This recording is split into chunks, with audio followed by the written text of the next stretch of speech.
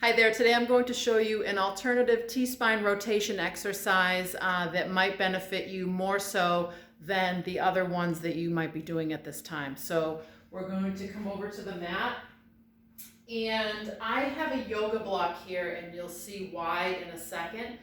So if you need one, make sure you have something, you can even use a book or something to have on hand that might help you. So I'm going to show you this from a couple angles. So the first angle I'll do the forward angle so you can kind of see the setup. So I go into half kneeling position, okay? My toes in the back are into the mat, my foot isn't flat. You could have it flat, but it might not be as stable as having your toes down. And make sure you give yourself enough space, okay? So you don't want to be all crunched up. You want to have a good amount of space just so you feel comfortable here, okay?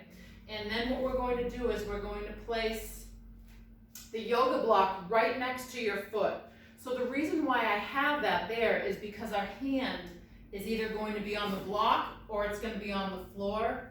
So, or you could have a fist like this, but for beginners doing this, I always recommend having a block just because it keeps things simple.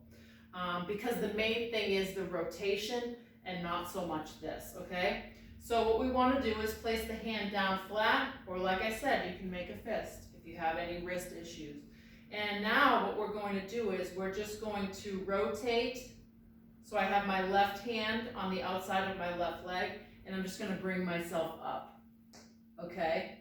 So right now I'm getting a pec stretch, I'm getting some thoracic mobility, but I'm more stabilized in my body than if I were to be doing, you know, maybe something like this, or some of the other ones that we might do.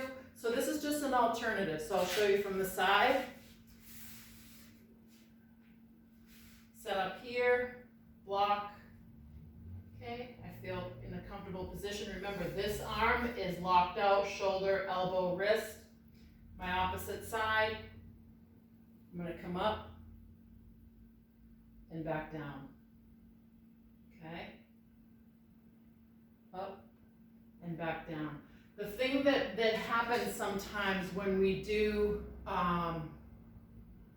the other ones is maybe going a little bit too much, a little bit too far back to try to get that extension, that we could end up with a little pinch in the back of the shoulders. So hopefully doing it this way will help you find your end range a little bit more safely and not disturb that upper back so much.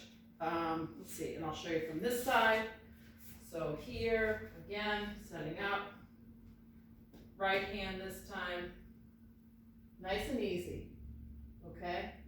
And you're also going to get a little adductor stretch and a little hip stretch too, which kind of feels good. So just keeping it really simple, okay?